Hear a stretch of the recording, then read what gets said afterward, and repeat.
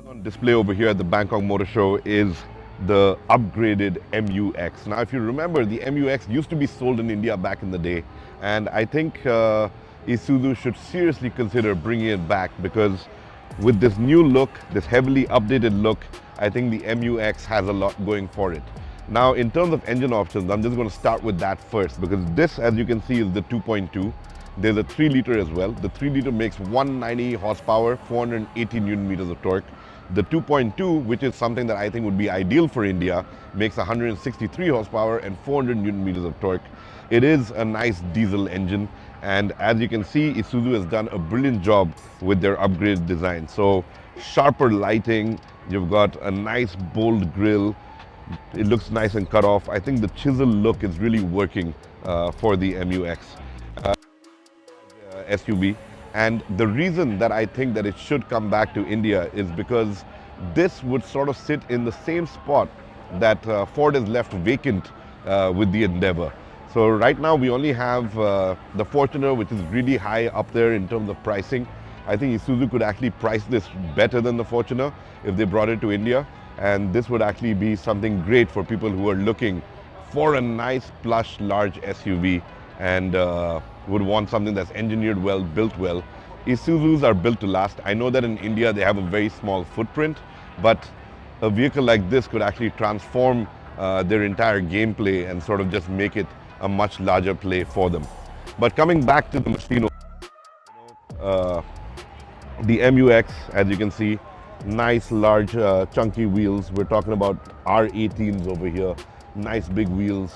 It's got that big SUV feel. Even if we take a look inside, we're talking about a beautiful cabin, you know, nicely done, great materials, leatherette seats, you know, seat ventilation. You've got the automatic transmission, looks very upmarket, looks really plush, and obviously has that air of sophistication that we would like for a vehicle in this category. You've got your touchscreen interface. All of that has been done well. Even the doors, they feel great. Not very heavy, but they've got a nice sound to them as well.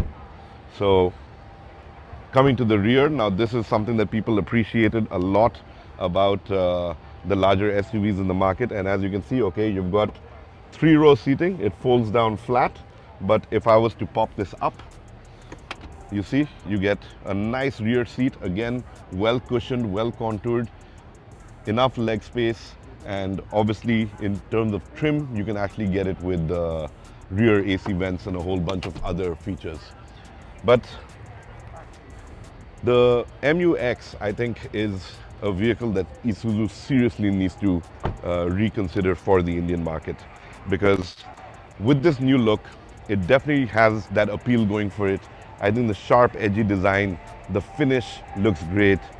They've really worked in terms of you know, sorting out the suspension, sorting out the fact that you get different engine options, the transmission, all of that. And this now looks like a more complete upmarket SUV. The one that we got in India back in the day was a little stripped down, and maybe that didn't work in its favor. But what I'm looking at over here is something that could be a potential winner just because of the space left vacant by the Endeavour. So tell me what you think. Tell me whether Isuzu should bring the MU-X back to India, especially now that it looks like this. And is it something that they should definitely consider? And I think that they can get the pricing right, because it will share a lot of its bits and pieces also across the range. They already have the D-Max V-Cross in India, and that's been priced exceptionally well. And they've just launched the, you know, the facelift version over there at about 25, 26 lakhs. So something like this, you know, if it comes into the market at say 30, 35 lakhs even, or even 40, it still has a lot going for it.